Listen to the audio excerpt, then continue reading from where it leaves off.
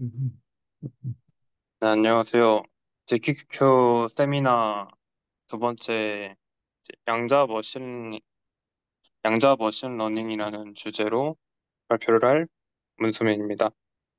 이전과 마찬가지로 이제 양자 알고리즘을 설명을 할 때 알고리즘을 먼저 설명을 했잖아요. 마찬가지로 이 양자 머신러닝을 공부하려면은 일단 기본적으로 머신러닝에 대해서도 알고 가야겠죠. 머신러닝은 인공지능이라는 분야의 한 갈래입니다. 이제 인공지능은 이제 기계에 의해서 묘사되는 지능.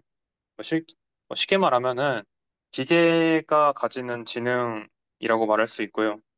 이전에 알고리즘이 그냥 펑션으로 정의가 됐었잖아요.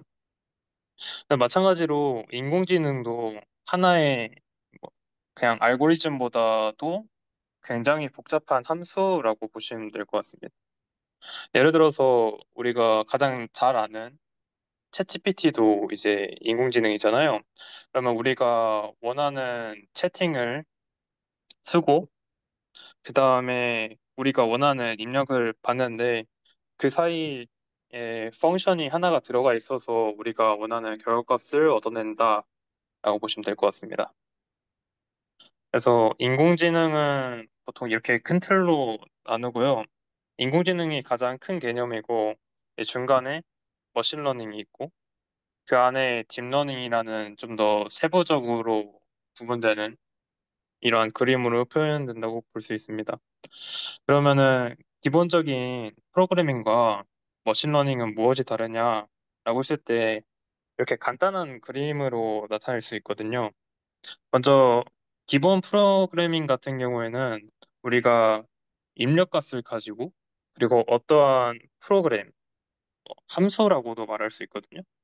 그래서 함수와 입력값을 가지고 계산을 하면은 우리가 원하는 결과값을 나온다라는 것을 짜는 게 보통 트레디셔널한 프로그래밍이고요. 머신러닝 같은 경우에는 조금 다른데 인풋은 똑같아요. 인풋은 똑같은데 우리가 여기에 펑션을 집어넣는 것이 아니라 우리가 원하는 값 혹은 이미 있는 결과값을 집어넣어서 여기에 이제 계산을 거치면은 프로그램, 즉 함수를 도출하게 됩니다. 좀 더 구체적인 예를 보시면은 우리가 예를 들어서 어떠한 사람이 있는데 그 사람이 키와 몸무게를 가지고 있겠죠. 이 키와 몸무게를 가지고 성인인가 아니면은 아이들인가를 구분한다고 합시다. 트레디셔널한 프로그램 같은 경우에는 우리가 펑션을 직접 짜야 돼요. 그래서 키가 100cm 이상이고 그다음에 몸무게가 40kg 이상이다 라고 하면은 우리는 그 사람을 어른이라고 분류를 할 거고요. 뭐 그렇지 않다면은 뭐 차일드라고 분류를 한다 라고 이렇게 구성을 하는 게 트레디셔널한 프로그래밍이라면은 머신러닝은 마찬가지로 이제 입력값은 있어요. 여기에 이제 키랑 몸무게가 들어가는데 그에 상응하는 결값을 같이 넣어줍니다. 대신에 여기엔 펑션이 없고요. 대신에 이거를 어떻게 하느냐? 이렇게 x랑 y축으로 이제 height랑 weight를 놓게 된다면은 데이터들이 이렇게 두 가지로 이렇게 분류를 하겠죠. 이 데이터 두 개의 클래스를 분류하고 싶은 게 바로 머신러닝이고요.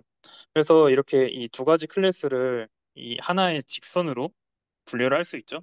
그래서 이러한 직선 fxy를 찾는 것이 바로 머신러닝입니다. 추가로 머신러닝하고 딥러닝하고도 이제 구분을 하려면은 이제 입력 데이터가 단순히 숫자가 아니라 이렇게 이미지로 주어졌다고 할게요. 이렇게 이미지로 주어졌는데 이렇게 두 가지의 클래스로 분류를 하고 싶으면은 우리가 어떤 거를 기준으로 가지고 분류를 할 거냐라는 문제가 있잖아요. 그 어떤 거를 기준으로 삼냐라고 거를 보통 우리가 피어처, 특징이라고 얘기를 하고요. 아까 봤던 것처럼 키랑 몸무게를 예시로 한다면은 이 두 가지의 클래스를 분류를 할 수 있겠죠. 그때 이 피어처를 정해주는 주체가 누구냐에 따라서 만약에 사람이 이 피어처를 정해준다라고 하면은 이거를 우리는 머신러닝이라고 하고요. 이러한 피어처조차 딥러닝 뭐지? 머신이 이 피어처를 정하게 된다라고 하면은 딥러닝이라고 합니다. 이 피어처를 이제 머신이 어떻게 정하냐 할 수 있는데 챗GPT 같은 경우에는 파라미터가 175 빌리언이에요.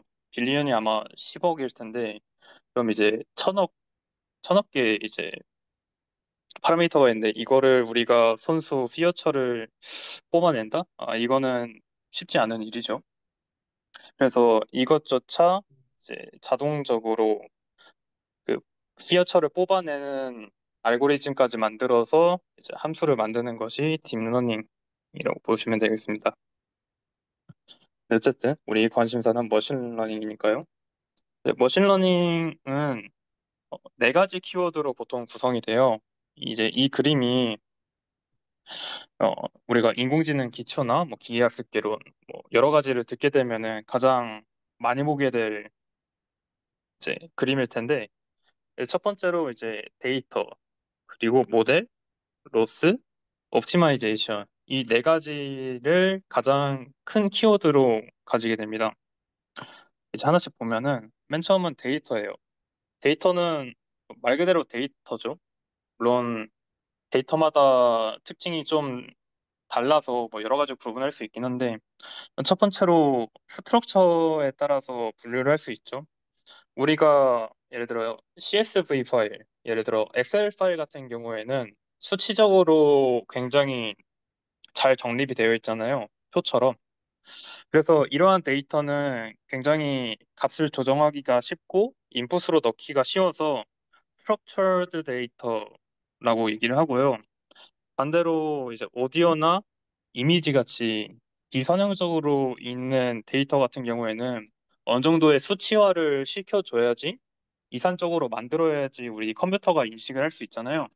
그래서 그렇게 이산적으로 만드는 과정이 필요한 데이터를 우리는 unstructured 데이터라고 얘기를 합니다. 또 데이터 같은 경우에는 우리가 기본적으로 입력값 x는 있는데 가끔 가다가 우리가 그 결과값을 알 때가 있어요. 예를 들어서 위에 이 사진을 보고 뭐 어떤 동물인지 분류를 한다라고 하면 우린 고양이인 걸 알고 있잖아요. 그런 결과값을 아냐 모르냐에 따라서 supervised learning과 unsupervised learning으로 나뉩니다. 뭐 여러 가지 있지만 이건 나중에 배울 수 있으니 넘어가도록 할게요. 그리고 이렇게 많은 게 바로 모델인데 우리가 주로 볼 것은 바로 뉴럴 네트워크입니다. 뉴럴 네트워크가 뭐냐? 많이 들어보셨겠지만 이 뉴런이라는 단어에서 비롯됐거든요. 뉴런은 이제 신경세포를 말하죠. 신경세포가 막 이런 식으로 생겼죠. 삐쭉삐쭉하고 열쇠 모양으로 이렇게 생겼는데 그래서 이 가지돌기였나요? 이 가지돌기로부터 입력값을 받아서 이제 쭉 전달을 해서 쭉 삭돌기에서 이제 정보들이 다음 시냅스로 뉴런으로 연결이 되잖아요. 이러한 구조와 비슷하게 이런 식으로 여러 가지 인풋이 있고 그다음에 중간 계산 결과를 통해서 하나의 이제 결과를 뽑아내는 게 바로 이 뉴런 모양과 비슷하다 해서 뉴럴 네트워크라고 얘기를 하고요. 특히 이 뉴럴 네트워크를 많이 사용하게 되는 게 바로 이 액티베이션 펑션이거든요. 만약에 단순히 함수가 기본 인풋 값에 리니어하게 더한다. 그럼 사실 이거를 계속 리니어하게 더해야면은 사실 그냥 리니어한 거 하나 한 거랑 큰 차이가 없거든요. 왜냐하면 선형적으로 그냥 직선이 어떻게 변화하느냐에 따라 달라지는 거기 때문에. 그래서 어떠한 논 리니어한 값을 다루기가 적합하지 않나요? 예를 들어서 이렇게 좌표가 있고 이런 식의 값들을 우리가 분류를 하고 싶은데 이거를 단순히 하나의 선만으로는 분류를 할 수가 없잖아요. 그래서 막 두 개의 선 필요하고 할 텐데 그럼 벌써 논 리니어하기 때문에 이런 문제점을 해결하기 위해서 보통 뉴럴 네트워크를 사용하게 됩니다. 모델은 사이즈에 따라서도 다른데 예를 들어서 데이터가 이렇게 빨간색 4개의 점이 있다고 했을 때 하나의 직선으로만 한다면은 이 우리가 예측하는 데이터랑 그다음에 실제 데이터가 꽤 차이가 나게 되겠죠? 그러면은 이게 정확한 모델이라고 말하기는 어렵잖아요. 근데 반대로 이런 식으로 고차원의 다항식을 만들어서 어, 함수를 짠다고 하면은 새로운 인풋에 대해서 잘 적응하지 못할 거예요. 실제로 이 값은 여기 있는데 여기로 예측해 버리는 그러한 문제가 있기 때문에 이제 사이즈도 적당히 해야 된다라는 게 이 슬라이드의 내용이고요. 근데 그 다음에 이제 데이터랑 모델을 했으니 그 다음은 로스죠.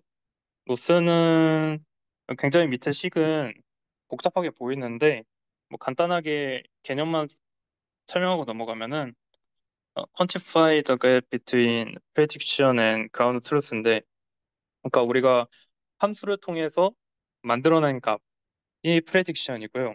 그다음에 ground truth는 실제 결과값이거나 아니면 우리가 결과라고 예상하는 것을 ground truth라고 얘기합니다. 그래서 보통은 이 두 개의 차이를 말합니다. 그래서 두 개의 차이를 구한다는 것은 우리가 예상한 결과랑 실제 값이 얼마나 차이가 있냐를 보게 되는 거겠죠. 그래서 이 로스 값을 적게 하는 게 보통 우리의 목적이고요. 이 로스 값을 적게 하는 방법을 우리가 옵티마이제이션이라고 합니다.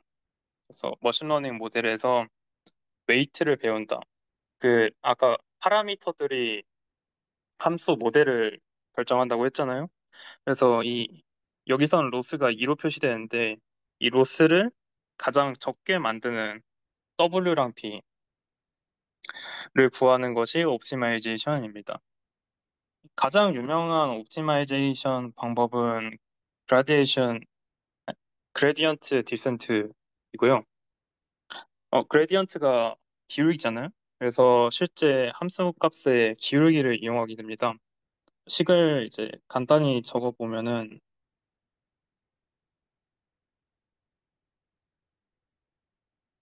이런 식으로 적게 되거든요. 물론 식은 많이 알 필요는 없는데 여기서 보이는 이 마지막 식이 있잖아요. 그래서 1차 미분을 하기 때문에 보통 first order optimization이라고 하고요. 이렇게 하는 거를 통해서 로스 가장 낮은 곳을 찾아가는 것을 목표로 합니다. 근데 여기서 세컨드 오더 옵티마이제이션이 있어요. 아까는 이제 직선을 이용을 했잖아요. 이번에는 이제 2차 함수 모양을 이용해서 이제 옵티마이제이션을 하게 되는데 이때 사용하는 게 허시안 매트릭스예요. 이제 허시안 매트릭스는 굉장히 비용이 비싸거든요. 허시안 매트릭스는 입력값이 n이라고 했을 때 n제곱의 엘리먼트를 가져요. 예를 들어서 아까 175 빌리언이 있는 챗GPT 같은 경우에는 그거 제곱을 하면은 아주 어마어마한 양이 되겠죠. 그걸 심지어 인버스 매트릭스를 구해야 돼요. 그럼 이제 n의 3승까지 올라가거든요. 그러면 이거는 이거 계산하다가 이제 챗GPT가 서버 끊겨버리는 아주 불상사가 일어나게 될 텐데 그렇기 때문에 현재 컴퓨터로는 고전 컴퓨터로는 이제 퍼스트 오더 옵티마이제이션만 시행을 하고요. 세컨드 오더 같은 경우에는 사실 이 내용들이 딥러닝 수업에서 나온 내용들인데 그 교수님께서 설명하시기를 이 세컨드 오더는 굉장히 많은 연산이 필요하기 때문에 이제 양자 컴퓨터가 그걸 해결한다면, 오, 괜찮은 논문 하나 뚝딱 만들어낼 수 있다라고 할 수 있을 정도로 아주 중요한 문제이고, 그런 거를 이제 양자 컴퓨터가 해결하길 바란다라고 말씀을 하셨던 적이 있습니다. 네, 여기까지가 기본적인 머신러닝에 대한 설명이고요. 다음은 양자 머신러닝인데, 이거는 사실 알고리즘 내용하고 겹쳐요. 어, 당연히 양자 머신러닝이니까 양자적인 특성을 사용하는 머신러닝. 머신러닝을 해결하는 양자 알고리즘을 말하고요. 정보의 단위는, 고전 정보의 단위는 비트죠. 근데 양자 정보는 이제 큐비트를 사용하게 됩니다. 이 큐비트를 사용하면 좋은 점이 이 중첩과 얽힘이라는 성질을 이용할 수 있는데, 특히 우리가 집중하는 것은 바로 중첩입니다. 여러 가지 스테이트들이 이렇게 선형결합으로 나타날 수 있기 때문에 계산을 한 번에 처리할 수 있다라는 양자 병렬성을 이용하기 이용하고 싶어 하기 하고 싶어 하기 때문에 보통 중첩을 이용하게 됩니다. 이제 또 한 가지, 양자 머신러닝, 양자 알고리즘을 하기 위해서는 그냥 원래 값을 그냥 바로 변환을 통해서 fx를 만들어낼 수는 없고요. 이렇게 추가적인 큐비트를 이용을 해서 이 오라클이라는 상자를 통해서 간접적으로 값을 구하는 게 기본적인 아이디어입니다. 여기까지가 이제 양장 머신러닝과 양자 머신러닝에 대한 간단한 설명이고요. 네, 일단 혹시 여기까지 질문 있으실까요?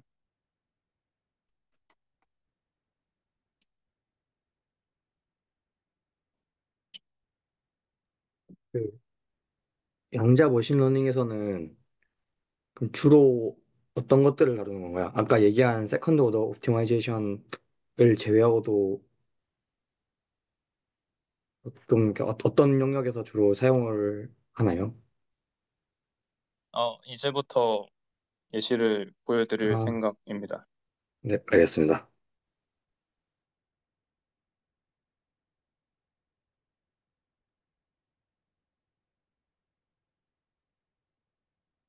혹시 많이 빠른가요? 못 알아들을 정도로 말이 빠른가요? 아니요. 전혀 그렇지 않고 아직은 괜찮습니다. 다행입니다. 숨이 좀 차가지고. 네, 다음으로 넘어갈게요. 그래서 이제 실제로 머신러닝과 퀀텀 머신러닝에 대한 직접적인 사례를 볼 건데, 그게 바로 가져온 게 이제 SVM, 서포트 벡터 머신이라고 하거든요.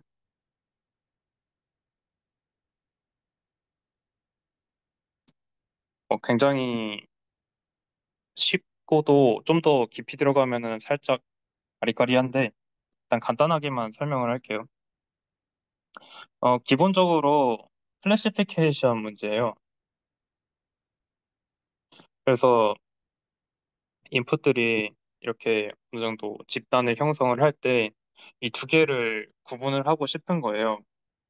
근데 어떻게 구분을 할 거냐?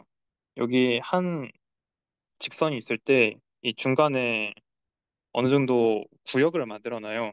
그리고 이 경계 사이에 있는 애들의 거리가 같도록 만들 거거든요. 이때 여기에 있는 경계에 있는 애들을 서포트 벡터라고 하기 때문에 서포트 벡터 머신이라고 하고요. 이 클래시피케이션의 가장 큰 목적은 이 두 개 사이의 마진, 즉 구간의 넓이를 가장 크게 만드는 것이 목적입니다. 왜냐하면 그래야 구분이 잘 되겠죠. 그래서 뭐 수식적으로는 이렇게 되고 이제 마진, 이제 구역은 이렇게 표현이 되는데 결국에는 이 W를 낮춰야 이 마진이 커지긴 했겠죠. 일단 식은 이렇고요. 그래서 이것도 머신러닝이니까 옵티마이제이션이 필요하겠죠. 그래서 이 세터가 아까 봤던 W라고 보시면 되고요. 그 W를 줄이는 것이 목적인데 이거를 그냥 구하면은 어렵기 때문에 라그랑지안 메소드를 써서 듀얼 프로그램으로 바뀌어버립니다. 물론 이거는 조금 계산 과정이 필요하기 때문에 원하시면은 저한테 자료를 요청해 주시고요. 그래서 그러면 어떤 식으로 바뀌냐? 원래는 이 세터를 최소화 시키는 거를 목적으로 하는데 여기서는 이 J를 최대화시키는 문제로 바뀌게 됩니다. 그래서 뭐 여러 가지 식이 있고요. 뭐 엄청 중요하진 않은데 우리가 볼 부분은 이거예요. 이게 XI랑 XJ가 입력값인데 원래는 두 개의 내적을 구하는 거거든요. 근데 이거를 K로 바꿨는데 이 K가 뭐냐? 바로 커널이거든요. 커널이 뭐냐면은 만약에 입력이 이런 식으로 논 리니어해요. 이렇게 문제가 주어지면은 우리가 단순히 직선 하나로 이 두 개를 분류할 수가 없잖아요. 그래서 이거를 좀 더 고차원으로 매핑을 해서 이 두 개를 분류를 한다. 예를 들어서 뭐 세터 xj가 있다 하면은 xi, xj 그다음에 xi 곱하기 xj 이런 식으로 이제 다른 차원인 하나를 더 늘릴 수 있겠죠. 이렇게 세 개 차원이 되니까 이런 식으로 매핑하는 어떤 트릭 같은 방법을 우리가 커널이라고 얘기를 하고요. 그래서 이 식이 바로 커널을 할 수 있는 준비입니다. 물론 굉장히 두루뭉술한 설명이지만 어, 우리가 주목해야 할 부분은 이 부분이고요. 결국엔 내적으로 벡터의 내적으로 된다라고만 일단 알고 가시면 되는데 이 얘기를 왜 하냐? 여기에서 우리가 퀀텀으로 바꾸는 방법이 존재합니다. 원래는 이제 x, y, x는 이제 인풋이고요. y는 아웃풋. 그러니까 뭐 하나 아까 보셨던 것처럼 뭐 이렇게 파란색으로 분류가 된다. 뭐 초록색으로 분류가 된다. 이렇게 하나하나씩 분류가 되기 때문에 두 개만 존재를 하죠. 그래서 x는 실수 전체에서 존재하게 되고요. y는 뭐 플러스 마이너스 1 혹은 뭐 0, 올 1 뭐 이렇게 해도 되는데 결국에는 두 가지로 나눈다로 말할 수 있는데 이거를 정의역을 바꿔줄 겁니다. 그래서 이거를 양자 상태로 바꿔줄 건데 그래서 x랑 y는 똑같이 들어가는데 여기에 can 노테이션이 들어갔죠. 그래서 x가 원래는 실수 집합에서 정의되었다면 여기서는 양자역학의 공간인 힐버트 공간에서 정의가 되게 되고요. 마찬가지로 y도 플러스 1인데 플러스 마이너스 1인데 캣으로 표현을 하게 됩니다. 네, 그래서 실제로 이렇게 내적 계산이 이 브라와 캣의 내적으로 되고 브라와 캣의 내적으로 되고요. 마찬가지로 이거를 다시 표현해 버리면은 이 XJ랑 XK의 내적에 이 텐서 우리가 만들어낸 차원만큼의 텐서 곱으로 나타낼 수 있습니다. 네, 그래서 이런 식으로 문제를 풀게 되면은 뭐 좀 많은 게 생략이 됐지만 클래시컬하게는 보통 n의 시간이 걸리는데 퀀텀적으로는 로그 n의 시간이 걸리게 되거든요. 실제 회로를 구성하게 되면. 그래서 익스포넨셜은 지수함수적인 이득을 가지게 된다라고 주장을 합니다. QSVM에서. 네, 여기까지가 두 가지의 설명인데 뭔가 굉장히 이상한 부분이 굉장히 많죠. 그래서 현재 양자 머신러닝의 쟁점 몇 가지를 얘기를 할 건데 첫 번째가 QRAM이에요. 이제 램은 많이 들어보셨을 텐데 컴퓨터 부품 중에 하나죠. 이제 랜덤 액세스 메모리라고 저장 공간인데 어떤 저장 공간이냐? 우리가 원하는 시간 한 번에 하나의 정보를 이렇게 픽업, 어떠한 임의의 값이라도 우리가 원하는 값을 원하는 시간 안에 픽업할 수 있으면은 우린 그거를 랜덤하게 액세스할 수 있는 저장 공간이다. 그래서 램이라고 부릅니다. 그래서 큐램 같은 경우에는 당연히 이 램이랑 비슷하게 우리가 원하는 시간 내에 이 데이터들을 뽑아낼 건데, 뭐 그냥 하나 뽑아내면은 뭐 기본 램이랑 차이가 없겠죠? 그리고 양자의 특징 같은 경우에는 이런 식으로 중첩이 된다는 게 특징이기 때문에 여러 가지 양자 스테이트들을 한 번에 뽑아서 중첩 상태를 만든다라는 게 큐렘의 아이디어인데,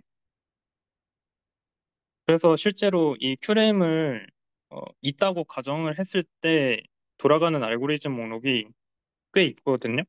그래서 아까 보았던 트랜스 VM 같은 경우에는 역시나 이 큐렘을 사용하게 되는데, 사실 말로는 이렇게 쉽게 할 수 있는데 이거를 물리적으로 구현한다라고 하면은 아마 바로 생각이 안 드실 거예요. 저도 생각이 안 들거든요. 그러니까 이 데이터들 바로바로 뽑아서 우리가 고전 램에서 뽑아내는 것처럼 바로바로 뽑아낸다? 쉽지 않을 것 같거든요. 예를 들어서 이렇게 기본적인 벨 스테이트를 만든다. 라는 것조차 이 두 개의 양자 인풋을 골라서 해야 되는데, 심지어 이게 단순히 반반씩 완전히 섞인 인탱글먼트가 아니라, 예를 들어서 막 9대 1 이런 식의 비율까지도 한 번에 뽑아낸다? 이런 회로를 만들 수 있을까? 라고 했을 때 굉장히 이상하죠. 그래서 실제로 이 데이터를 준비하는 과정이 오히려 굉장히 많이 걸려요. 그래서 양자 알고리즘에서 보통 주장을 하는 게, 양자 알고리즘을 풀 때 익스포넨셜한 고정 컴퓨터에 비해서 지수함수적으로 더 빠르게 푼다. 예를 들어서 뭐 2의 n승 걸리는 것을 뭐 폴리노밀하게 푼다. 라고 주장을 하는데, 실제로 이 데이터를 만드는 과정이 지수함수적으로 바뀌어요. 굉장히 이상하죠. 그러니까 문제는 지수함수적으로 빠르게 푸는데 데이터를 준비하는 과정이 지수함수적이에요. 그래서 이게 굉장히 문제가 됐고, 그거를 이제 꼬집은 게 바로 이 스코 이 사람의 리드 더 파인 프린트라는 논문이에요. 파인 프린트가 작은 자국 같은 뜻이거든요. 그래서 실제 그 전까지 이게 2015년 논문인데, 그 전에 이제 논문들을 보면은 항상 결론 쪽 부분에 뭐 큐렘이 존재한다면, 뭐 어떤 복잡한 조건이 존재한다면, 어떠한 간단한 조건이 존재한다면 우리는 이 문제를 익스포넨셜하게 빠르게 풀 수 있을 거다라는 게 굉장히 많았어요. 즉 퀀텀 알고리즘이 작동하기 위해서 복잡한 조건이 필요하다는 것을 꼬집은 논문이고요. 그 다음에 이 양자 머신러닝을 완전히 죽여버리는 논문이 등장했는데, 말 그대로 죽여버리거든요. 이게 뭐냐면은 Improved Classical 뭐 Singular Value Transformation for Quantum Machine Learning이잖아요. 이게 뭐냐면은 어, 퀀텀 알고리즘에서 데이터를 만들면은 익스포넨셜하게 빠르게 풀 수 있다 했잖아요. 이거를 고전 컴퓨터에 있어서 스테이트를 잘만 준비한다면은 그 시간 내에 풀 수 있다.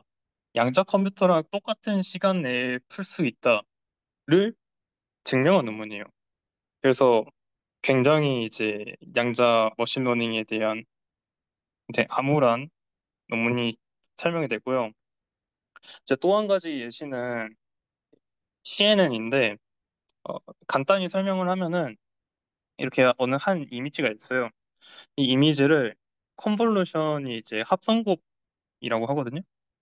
그래서 합성곱을 통해서 피어처들을 이렇게 하나하나씩 뽑아낸 다음에, 그다음에 이제 작게 만들고 다시 하나씩 뽑아낸 다음에, 그래서 결국에는 클래시피케이션을 하는 문제예요.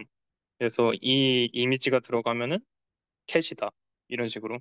그리고 이거를 이제 양자 회로를 통해서 구성하는 게 QCNN인데, 그래서 이게 2024년 논문이에요. 멀티 클래스 퀀텀, 네, QCNN 논문인데, 여기서 만들어낸 이 그래프들을 보시면은 CNN에 비해 QCNN이 훨씬 더 좋은 성능을 보인다라는 그다음에 다른 그래프도 있는데 특히 클래스의 개수가 많으면 많아질수록 QCNN이 더 좋은 성능을 보인다라는 걸 설명하는 논문이었는데 마찬가지로 2024년 논문이 있어요. 이게 뭐냐면은 QCNN인데 QCNN은 클래시컬리 시뮬러블하다. 그러니까 고전적으로도 시뮬레이션 할 수 있다. 심지어 이펙티블리하게.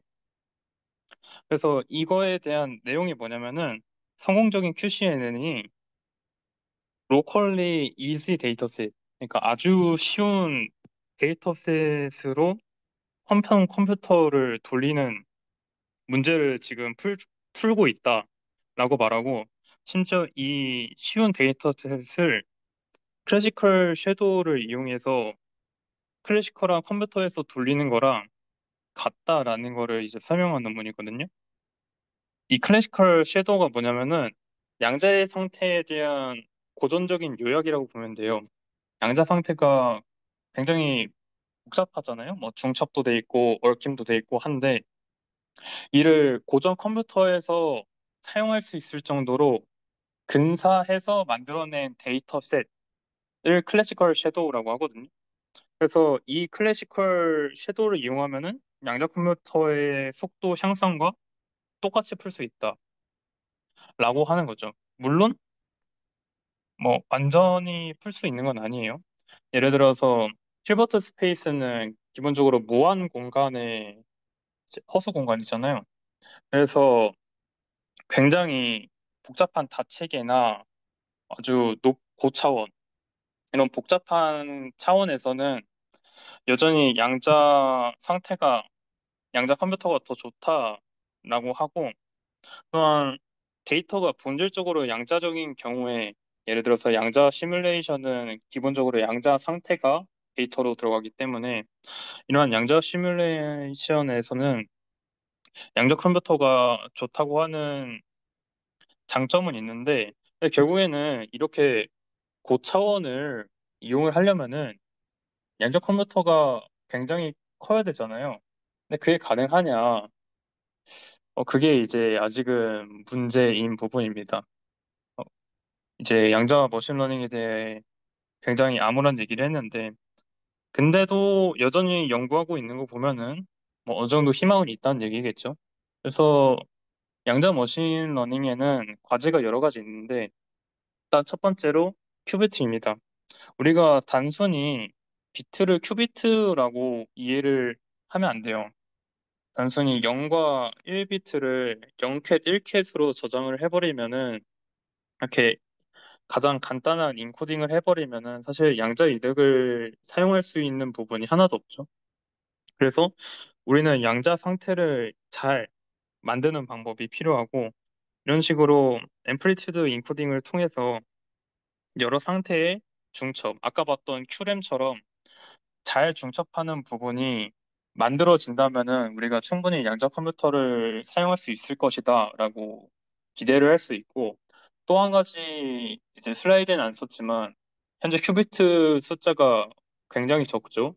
지금 뭐 IBM에서 1000개, 10,000개 이렇게 얘기를 하는데 아마 고전 컴퓨터에서는 뭐 페타바이트, 뭐 테라바이트의 상위 호환으로 또 나오는데 현재 큐비트는 그에 비해 너무 적으니까 그 큐비트를 늘리는 것도 이제 하나의 문제라고 볼 수 있겠습니다.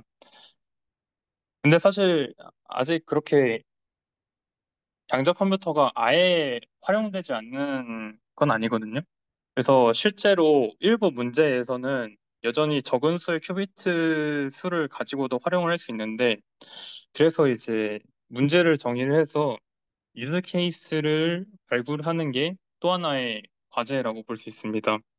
여기 보시면은 반가운 이름이 있죠.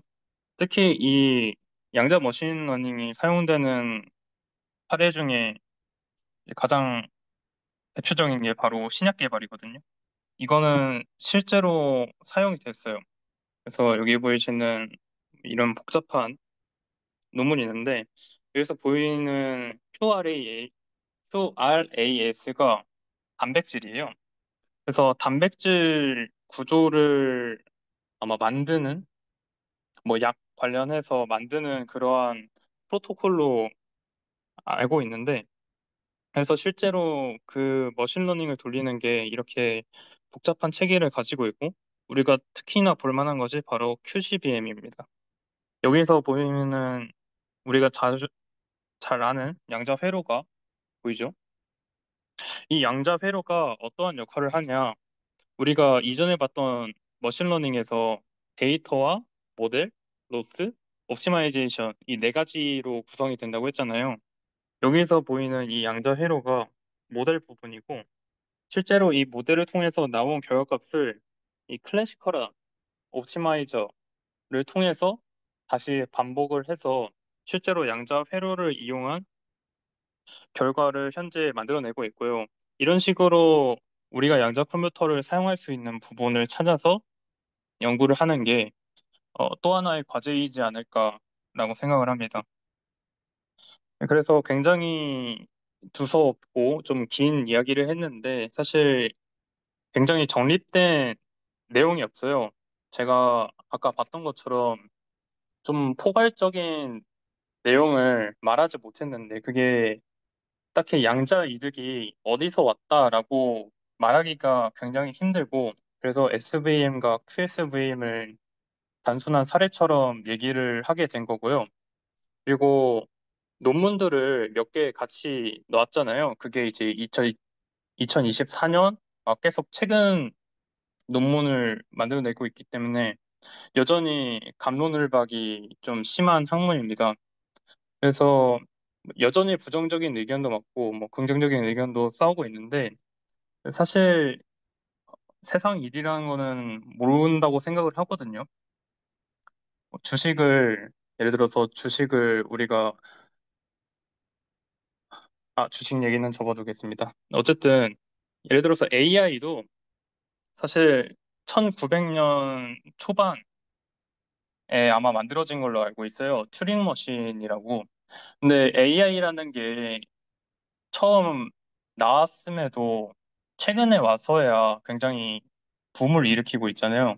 그 이유가 AI 자체가 세 번의 암흑기를 맞았는데 그 이유가 기술이 못 따라가서 그래요. 이론은 어느 정도 충분히 발견이 됐는데 특히 아까 그 뉴로 네트워크 같은 경우에도 일찍이 발견됐음에도 기술적으로 CPU의 문제라든가 뭐 시스템의 한계상으로 못했기 때문에 만약에 양자 컴퓨터에서도 그 양자 컴퓨터가 어느 정도 에러를 이겨내고 그러한 돌파구를 찾는다면은 아마 충분히 경쟁성 있는 그러한 물품으로 네, 양자 머신러닝이 그러한 경쟁성 있는 학문으로 자랑하지 않을까라고 기대를 하고 있습니다. 네, 일단 제가 준비한 내용은 여기까지고요. 혹시 질문 있으신가요? 어, 네, 저 질문 하나 있는데요. 그 양자 컴퓨터가 보통 이제 이득을 얻는 이유가 상당히 많은 부분에서 이제 퀀텀 스테이트가 가지는 중첩 같은 특성들 때문인데, 어, 네, 왜 유독 이 양자 머신러닝 부분에서는 이 클래시컬한 컴퓨터가 이제 어떤 조건을 갖춰지면 양자 컴퓨터만큼의 성능을 낼 수 있다는 그런 연구들이 나오게 되는 게 무슨 이유일까요?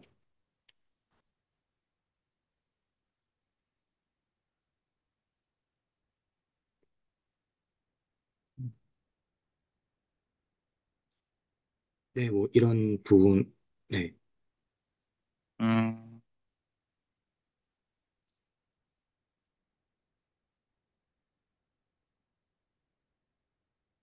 뭐 잠깐 제가 뭐 다시 당연히 네, 말씀해 퀀텀 주실래요? 데이터 프리퍼레이션이 뭔지 모르겠지만, 그러니까 뭐 어떤 조건이 있을 때 어떻게 얘가 이제 뭐 양자 컴퓨터와 비슷한 성능을 낼 수 있는지가 좀 궁금한 거거든요. 혹시 뭐 자세히는 안 읽어보셨겠지만 이것뿐만 아니고 그냥 전반적으로 어떻게 양자 컴퓨터가 또 그러니까 그 클래시컬한 게 이제 그 양자적인 한계를 넘을 수 있는지가 궁금한 거였습니다. 양자적인 한계를 넘는다기보다는 네. 만들어낸 양자 알고리즘이 고전 알고리즘에서 못 벗어난다에 가깝다고 저는 생각을 음, 하거든요. 양자 컴퓨터 자체가 사실 뭐 제가 제대로 아는 건 아니지만 아마 리처드 파인만이 처음 말했을 거예요. 양자 시뮬레이션을, 그러니까 양자 상태를 고전 컴퓨터에서는 제대로 말할 수 없기 때문에 제대로 표현해낼 수 없기 때문에 그래서 양자 컴퓨터가 필요하다라고 얘기를 한 걸로 알고요. 그래서 실제로 양자 컴퓨터는 양자 시뮬레이션에 관해서만 만들어졌기 때문에 음, 아마 아직까지 고전 알고리즘에서 완전히 벗어났다라는 그러한 예시들이 아마 지금 많진 않다라고 생각을 합니다. 아마 양자 알고리즘에서 가장 잘 알려진 게 쇼어 알고리즘이잖아요. 그만큼의 네. 파급력 있는 알고리즘이 아직 없는 거 아닌가라고 저는 음. 생각을 하고 있습니다. 이게 그 퀀텀 시뮬레이션이라는 게, 제가 뭐라 하죠? 그런 걸 말하는 건가요?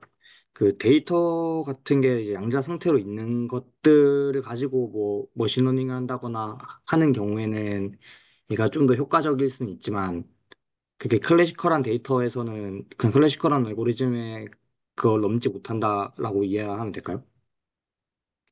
제가 말한 양자 시뮬레이션은 실제로 화학에서는 막 전자의 움직임이나 이런 거를 막 계산하잖아요.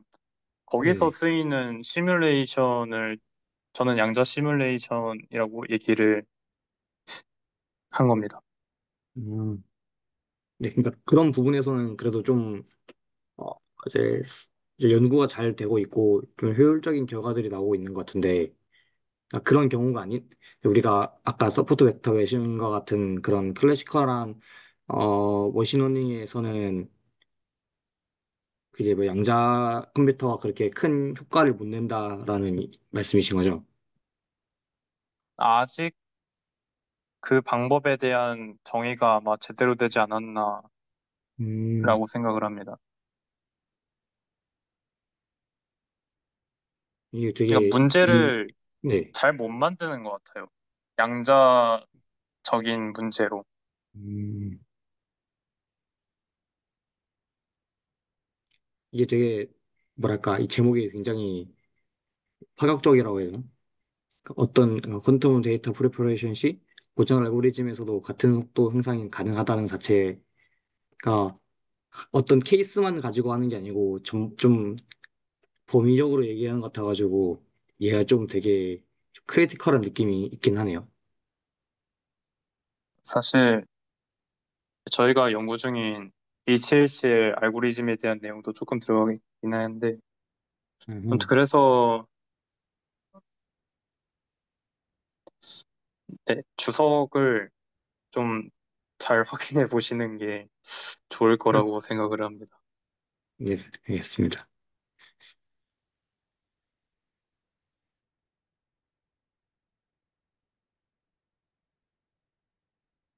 또 질문 있으신가요?